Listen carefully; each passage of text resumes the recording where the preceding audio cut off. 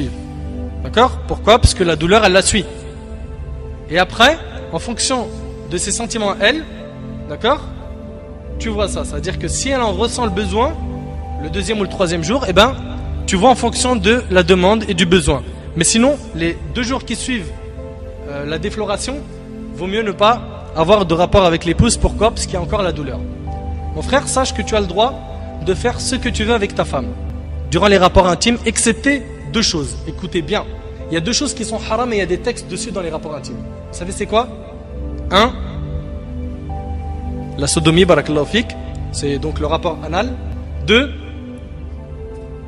C'est, barakallahu fik, d'avoir des rapports avec sa femme quand elle a ses menstrues. D'accord? Ces 2 là, c'est haram. Il y a des textes dessus qui sont clairs, du Coran et de la Sunna. D'accord? Ça, c'est les 2 choses qui sont interdites. En dehors de ça, il n'y a pas de texte. Après cela, on rentrera, Inch'Allah, dans les détails. Donc ta femme, tu as le droit de jouir d'elle sans t'approcher de 2 choses.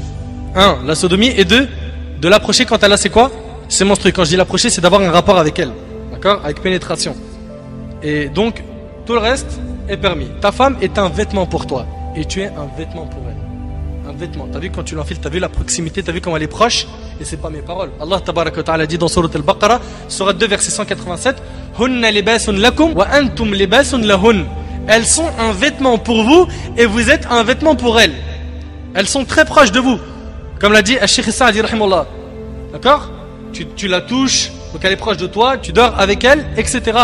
Donc, l'homme peut jouir de sa femme dans toutes les positions qu'il souhaite. Mais, à une condition, c'est que ce soit dans le vagin, dans sa partie génitale. La preuve, Allah tabaraka wa ta'ala dit dans Surat al-Baqarah, subhanallah, tu vas voir avec moi que notre religion elle est complète de A à Z et que tout, quand je te dis tout, c'est jusqu'au bout, tout a été enseigné par la religion.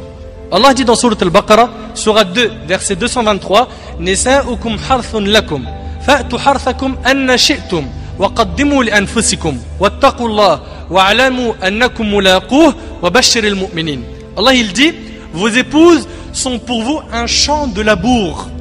Allez à votre champ comme vous le voulez et œuvrez pour vous-même à l'avance. Craignez Dieu et sachez que vous le rencontrerez et fait gracieuse annonce aux croyants.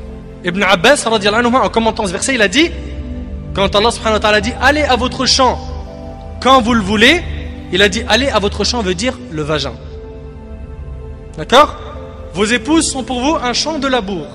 Lorsque le prophète alayhi salatu wassalam récitait ce verset, il disait, écoutez bien ce qu'il disait alayhi salatu wassalam, et ça montre que point de pudeur dans la science. Écoute ce qu'il dit alayhi salatu wassalam, pour pas qu'une personne dise mais comment est-ce qu'on peut parler de ces choses-là? Regarde ce qu'a dit le prophète alayhi salatu wassalam. Il a dit, en récitant ce verset, il disait par devant, par derrière, ou couché. Il parle ici de quoi? De rapport intime. Par devant, par derrière ou couché, bien sûr il interdit d'avoir le rapport anal, la sodomie. Toute position est autorisée en islam. Ne te limite pas donc à une seule position pendant tes rapports. Ça c'est très important.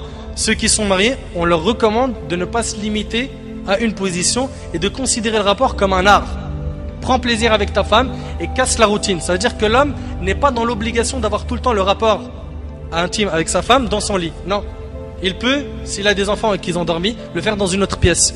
Il peut s'habiller d'une manière attirante et elle aussi. Et d'ailleurs, on leur recommande d'être attirants l'un envers l'autre. Clair? Et le verset qu'on vient de citer, vos épouses sont pour vous un champ de labour, a plusieurs causes de révélation. Parmi les causes, selon Abdullah Ibn Abbas, il dit, à l'époque, il y avait un quartier parmi les Ansar. Les Ansar, c'est les habitants de Médine, qui vivaient à proximité d'un quartier de juifs qui sont des gens du livre. Et Al-Ansar, à l'époque, adoraient les divinités. D'accord?